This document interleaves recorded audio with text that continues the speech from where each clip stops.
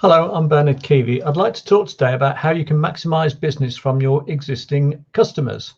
In order to do that, I need to share my screen. So I'm Bernard Keevy, Business Growth Advisor. Now, what I have here is what we call the exponential growth business growth equation. Transform your marketing times generate more leads, times convert more leads, times maximize what you get from customers. All of that multiplied together and systemize it all is how you get exponential growth. Exponential growth means it's multiplied rather than just 5 plus 5 plus 5. It becomes 5 times 5 times 5. You end up with a much bigger, better figure. So the 4 elements to generating more revenue from your customers is higher average prices plus times more volume times getting them to do it for longer times getting them to refer you to new customers, testimonials and referrals, and that way you get maximum sales and profit. So in order to be able to charge higher prices, you need to differentiate, stand out from the crowd, become seen as a specialist or an expert. You could then charge more because you're not competing on price with all the others because you stand out from them. You can also make it difficult to be compared to on price by bundling in different value packages. So the idea is you add in extra value rather than reduce your prices.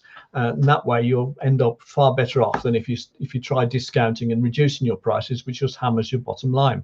And also, you can probably charge £10.99 and sell just as much as if you sell £10. So the 97 and the 99 are subtle ways of being able to charge more, which I'm sure you've seen loads of people doing in the past. Now, how can you get people to buy from you more often? Well, what we mean now is more volume, basically. So a cross-sell is where you sell a related product, and an upsell is where you sell a larger amount. So McDonald's, it's would you like fries with that, or would you like to go large? So it could be laptops and laptop bags, shoes and shoe polish. Basically, there's endless scope for doing this. But if you have something like that in place, 34% of the time, it's been proven customers will take you up on it.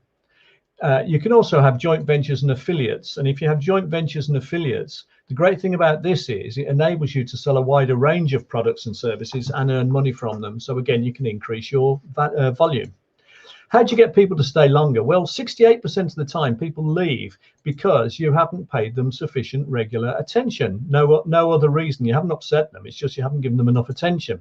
So you can reactivate them. And the way you do that is you send a personalized I miss you letter with an offer, a Godfather offer, an offer that's too good to refuse, an offer they have to accept.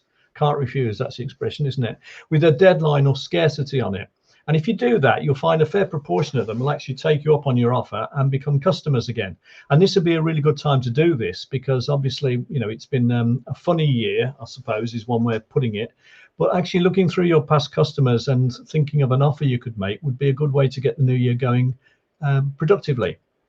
Now, just a reminder, your best customers are the ones who buy more from you and don't give you the hassle. And basically, it's 6 times cheaper to sell to existing customers than it is to get new customers. So your best customers really are your existing and previous customers. How do you turn them into advocates? Well, what we mean by acres of diamonds is basically they're a huge resource for us. And very few businesses use them properly. A lot of people are obsessed with getting new customers all the time, but actually it might make more sense to focus on existing customers. So could you have referral schemes in place to reward them maybe for giving you referrals? Could you always have a system in place to ask for testimonials and reviews? Could you shock and awe pack them, which is the American expression, i.e. a customer welcome letter or pack? So something wrapped nicely with a message, welcome as a new customer, means you set the relationship up on the right basis, if you like, and they're more likely to stay with you. And also see complaints as an opportunity to again wow them and make a good impression. So what you need to do here is obviously deal with the complaint in a really good way, because that turns them into advocates. But you need to authorize people who work for you, for example, to be able to deal with a complaint up to a certain amount without constantly having to refer it on to someone else. So if you're interested in finding out more about that, my contact details are here.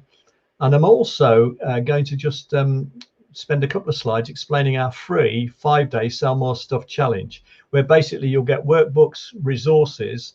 All it takes you is about 45 minutes a day. And the challenge is that at the end of 5 days, you'll sell a lot more than you would have done at the start of the 5 days. So Bernard Keevy showing how you can get more business from existing customers. So I hope you found that useful and interesting.